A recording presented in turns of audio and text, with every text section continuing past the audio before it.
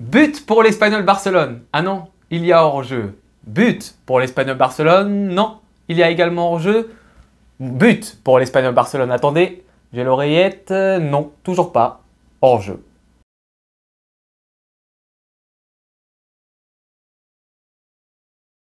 Mesdames et messieurs, victoire du FC Barcelone, 3 buts à 1 sur sa pelouse contre l'Espagnol Barcelone. Victoire dans le derby, dans un match, on va dire, à deux parties. Une grosse première mi-temps de la part du FC Barcelone, une deuxième mi-temps un petit peu plus soporifique, on va pas se mentir. Mais bon, intéressons-nous donc dans cette vidéo surtout à cette première mi-temps qui a été très bonne du côté du Barça, avec une petite surprise, un petit changement de la part de Flick dans ce 11 type, la titularisation de Hector Fort pour remplacer Koundé en arrière droit. Je suis très content de ce choix-ci, parce qu'on sait que Koundé risque d'être titulaire avec l'équipe de France. Didier Deschamps adore le faire jouer. On sait que Koundé normalement va jouer les 2 prochains matchs la semaine prochaine. Du coup, pour pas trop le faire enchaîner, je trouve ça intéressant de mettre Hector Fort dans un match de moindre importance face à un adversaire qui reste un adversaire assez faible pour le Barça. Et typiquement, on rentre sur une première mi-temps pour le Barça qui est quasi parfaite. Franchement, honnêtement, l'impression que j'ai eu moi devant ma télévision, c'est une des meilleures premières mi-temps du Barça cette année, voire la meilleure. Alors bien évidemment, il faut pondérer ça par rapport à notre adversaire du soir qui est quand même assez faible, voire très faible. Désolé s'il y a des supporters de l'Espagnol qui passent sur cette vidéo,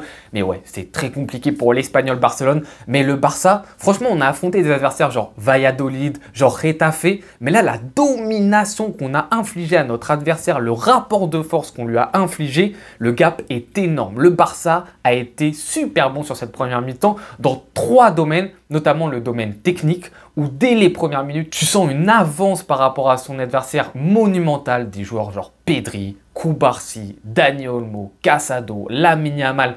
Techniquement, ces joueurs-ci, c'est haut niveau, donc tu vois déjà une très grande différence par rapport à ça. La deuxième chose ultra positive du Barça dans cette première mi-temps, c'est le mouvement. Également, beaucoup de joueurs constamment en mouvement, en déplacement, beaucoup de polyvalence dans le déplacement des joueurs. Des fois, tu retrouves un Pedri totalement à gauche, des fois, tu as un Rafinha un petit peu plus intérieur, mais aussi des fois sur le côté, un Lamine Yamal beaucoup plus intérieur, un Casado qui peut dédoubler en tant que milieu assez offensif. Plein de dépassements de fonctions et ça c'est super intéressant, surtout que tu as un Espagnol Barcelone qui va défendre en 4-1-4-1, donc qui te met un petit peu ce joueur qui peut être des fois un petit peu agaçant entre ces deux lignes, qui peut lui bloquer les passes interlignes que l'on va trouver. Il faut absolument mettre du mouvement. On l'a dit, ce Barça ne doit pas se relâcher, ne doit pas se démobiliser. On a eu une super semaine. Oui, on est à la maison contre l'Espagnol Barcelone, actuel 17e du championnat. Tu peux avoir un petit relâchement. Non, on est super concerné. Il y a plein de mouvements et c'est important pour briser justement ce bloc défensif de l'Espagnol Barcelone. Et ça, c'est super bien fait de la part du Barça. La troisième chose ensuite qui est géniale du côté du FC Barcelone,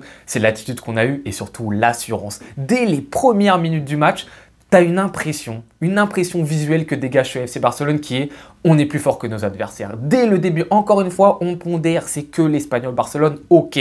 Mais ce rapport de force dès les premières minutes qu'on a ressenti, il est super sympathique à voir. C'est-à-dire que c'est pas tangible, c'est perceptible. On a des joueurs qui bombent le torse, qui regardent vers le haut, des Cubarsí ultra à l'aise en défense centrale, Martinez qui joue vers l'avant, même Baldé qui peut encore avoir des petites difficultés des fois dans les 30 derniers mètres adverses. On voit qu'il est en confiance, Pedri totalement en confiance, il surnage. Dani Olmo, il revient de blessure, première titularisation justement depuis sa blessure. Le mec, il nage, il flotte, Lamine Yamal super à l'aise. Des joueurs qui sont totalement en confiance, libérés et ça se ressent en tant que supporter devant son écran. Ça, c'est génial. Bon, ensuite, si dans le jeu, ça a été super, en termes de scoring aussi, cette première mi-temps se déroule très bien pour le Barça. Premier but à la 12e minute de jeu de Dani Olmo.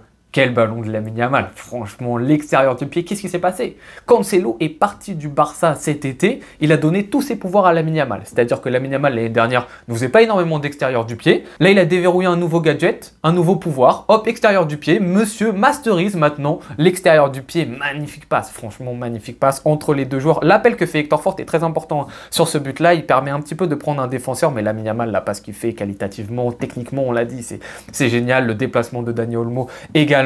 Voilà, Lamine Yamal, franchement, la première mi-temps qu'il fait, je me disais, franchement, je notais sur mon calepin, si là, on fait juste une vidéo de tous les ballons qu'a joué Lamine Yamal juste dans la première mi-temps, la vidéo, elle peut durer 10 minutes, 15 minutes, entre roulettes, petits ponts, passe talonnade pour Hector Fort, parfaitement dans le timing, passe extérieure pour Dani Olmo. Tu peux faire une vidéo de 10-15 minutes. Et si tu fais une vidéo de toute la carrière de Lamine Yamal pour l'instant, alors qu'il a que 17 ans, la vidéo, déjà, elle te dure 1h30. Elle est beaucoup plus longue et surtout beaucoup plus intéressante intéressantes que des vidéos de gars de 33 ans qui n'ont même pas le quart de ce qu'a déjà fait Lamine Yamal en termes de magnificence sur le terrain. Donc voilà, but pour le FC Barcelone, 1-0, magnifique Lamine Yamal, magnifique Dani Olmo, super pour sa première titularisation après sa blessure. On a ensuite un Barça qui va marquer le deuxième but qui est important parce qu'on sait jamais, tu mènes que 1-0 à la maison, tu peux avoir du relâchement. Non, deuxième but de Rafinha et cette fois-ci, ce qu'il faut souligner surtout, c'est la passe de Casado. Voilà, c'est-à-dire que Casado, il a fait une magnifique passe, je ne sais pas si vous vous souvenez, contre Valladolid pour Pedri qui dribble ensuite le gardien. Super, tu te dis, ok, Casado, etc. C'était peut-être une passe un petit peu hasardeuse, c'est arrivé par-ci par-là, il a cette qualité, ok, on note. Ensuite, magnifique passe la semaine dernière contre le Real Madrid pour Lewandowski pour le premier but. Tu te dis, ok, c'est la deuxième magnifique passe de Casado, mais bon, c'est peut-être encore de la chance, etc. On va quand même attendre. Là, le mec te lâche un ballon pour Rafinha, mais parfait. Donc là, c'est le troisième ballon magnifique et on peut en plus rajouter le super ballon qu'il donne à Rafinha contre le Bayern Munich et le bon ballon qu'il donne à Lamine Yamal sur le but contre Monaco, qui sont des passes un petit peu moins importantes entre guillemets parce que les joueurs ensuite vont faire une vraie différence. Mais en revanche, les trois buts que je vous ai cités juste avant, la passe de Casado, c'est une passe décisive et c'est une magnifique passe décisive. 3 passes à ce stade-là de la saison, c'est plus du hasard. C'est que le mec a une vraie qualité à ce niveau-là. Et moi, franchement, on en avait parlé un Casado il y a 2 semaines sur je ne sais plus quel match. Je disais par rapport à la récupération du ballon, ce qu'il fait, c'est admirable. Le positionnement défensif à la récupération est parfait. L'anticipation des dribbles adverses, l'anticipation des transmissions adverses, c'est génial de la part de Casado. Je sais en plus qu'au milieu de terrain, c'est un joueur qui peut être bon techniquement, il est à l'aise, il va pouvoir collaborer et faire des passes avec Pedri. Mais là, c'est des passes décisives dont on parle. C'est des passes super difficiles, super importantes.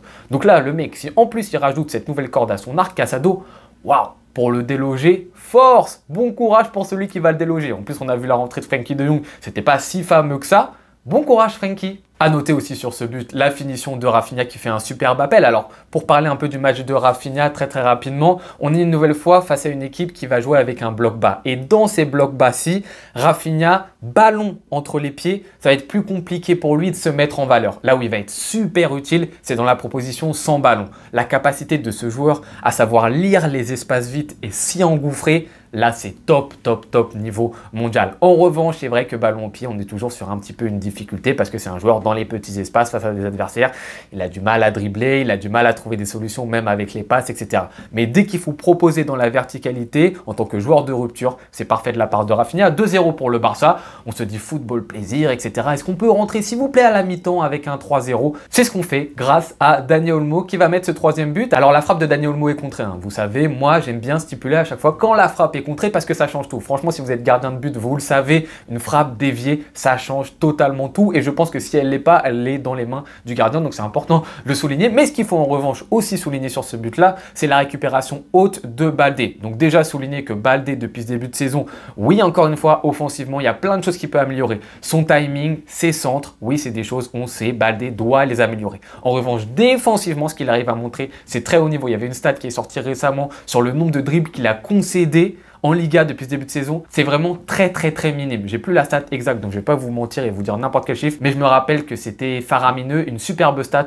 pour un défenseur. Là en plus c'est une récupération haute et ce qu'il faut souligner, c'est que le Barça dans ce match a été très bon dans ce secteur. Et j'en avais parlé dans la dernière FAQ, je trouvais qu'en point d'amélioration pour le Barça, on pouvait s'améliorer justement dans ce gegenpressing, dans ce pressing haut à la récupération instantanément. On est bon et franchement ce qu'on fait depuis ce début de saison, c'est très bien, mais je trouve qu'on peut encore s'améliorer là-dedans et c'est typiquement dans des matchs comme ça à la maison contre un adversaire entre guillemets faible qu'on peut réellement s'entraîner à taille réelle d'un match pour justement cette technique de récupérer le ballon assez vite, assez rapidement. Et franchement, en tant que spectateur, moi, s'il y a un des trucs qui est le plus jouissif quand je regarde le FC Barcelone et un très bon FC Barcelone, c'est de voir notre adversaire perdre le ballon rapidement. Mais quelle joie de voir un adversaire qui, au bout de 3 secondes, 4 secondes, perd le ballon et est obligé d'envoyer une grosse patate très loin pour s'en sortir. Franchement, c'est jouissif. Il y en a qui vont kiffer tout ce qui est tiki-taka, etc. Moi, j'adore également tout ce qui va être but, magnifique dribble, machin. Moi, j'adore quand je vois un adversaire qui est acculé dans son camp et qui n'a pas d'autre choix que de balancer et nous récupère le ballon et ensuite tu lances une deuxième vague, une troisième vague et l'adversaire en face de toi, il n'y arrive plus, il suffoque. Et typiquement face aux équipes qui ont des blocs bas comme l'Espagnol, c'est ce qu'il faut faire, c'est-à-dire mettre beaucoup de mouvements, ce qu'on a fait, ce que je vous ai dit précédemment, et ensuite vouloir récupérer le ballon le plus vite possible pour que les mecs en face, ils soient 6 pieds sous terre, ils soient sous l'eau. Et ça, on l'a très bien fait sur ce match-ci, ça va nous servir parce qu'on peut encore une fois s'améliorer là-dessus et sur ces petits matchs-là, c'est l'occasion d'un petit peu tester tester parce qu'on prend un tout petit peu moins de risque à le faire, parce que c'est très risqué de se jeter corps et âme dans un pressing parce que forcément tu laisses de l'espace dans ton dos. Surtout que nous en plus on connaît notre ligne défensive, ça peut être très risqué. Voilà pour cette première mi-temps mesdames et messieurs. Ensuite comme je l'ai dit dans l'intro, il y a un petit peu moins de choses en deuxième. Tu fais rentrer du Frenkie de Jong, du Fermin Lopez. Frenkie de Jong qui fait pas une super méga rentrée, il n'est pas catastrophique mais il n'a pas su prendre un petit peu d'avance et répondre à la partie qu'a fait Casado. Fermin Lopez qui rentre, une nouvelle fois on tombe sur une association Rafinha-Fermin Lopez qui dans des matchs où tu as des blocs qui sont un petit peu plus bas, pour moi je ne trouve pas ça pertinent parce qu'une nouvelle fois je ne remets pas en question leur niveau intrinsèque à ces joueurs-ci, je remets en question leur profil, deux joueurs qui sont tout le temps dans la verticalité, tout le temps dans la rupture. Si tu les associes, que tu les fais jouer en même temps, tu perds du contrôle dans le terrain adverse. Et ce qu'on a vu, on a vu un Barça qui était beaucoup moins à l'aise dans les 30 derniers mètres de l'Espagnol parce que ces deux joueurs-ci quand ils jouent en même temps, ils t'apportent un petit peu la même chose, ils n'ont pas énormément de qualité dans les petits espaces. Donc voilà, on a un Barça en plus en rodage, je pense, on sait qu'on a la Ligue des Champions dans 3-4 jours, on se calme un petit peu, on temporise, on va avoir aussi la Real Sociedad. Forcément, ça aussi, ça a joué, on va pas le négliger, mais on s'en sort quand même. Bonne victoire, on concède un but dans cette deuxième mi-temps. J'ai même pas forcément envie de m'attarder là-dessus. L'Espagnol qui est 27 fois hors-jeu, une nouvelle fois, franchement, on maîtrise ça à la perfection, le hors-jeu, c'est phénoménal. Voilà. Pour ce débrief, mesdames et messieurs, je pense avoir quasiment tout dit. J'espère que je n'ai pas oublié beaucoup de choses. N'hésitez pas vous à me dire en commentaire si vous avez vu des choses que j'ai oubliées. Si vous voulez mentionner des choses comme d'habitude, me ferait un plaisir de vous répondre. Je vous souhaite très bonne journée ou bonne soirée en fonction de quand est-ce que vous regardez ce débrief. À tout bientôt. Ciao.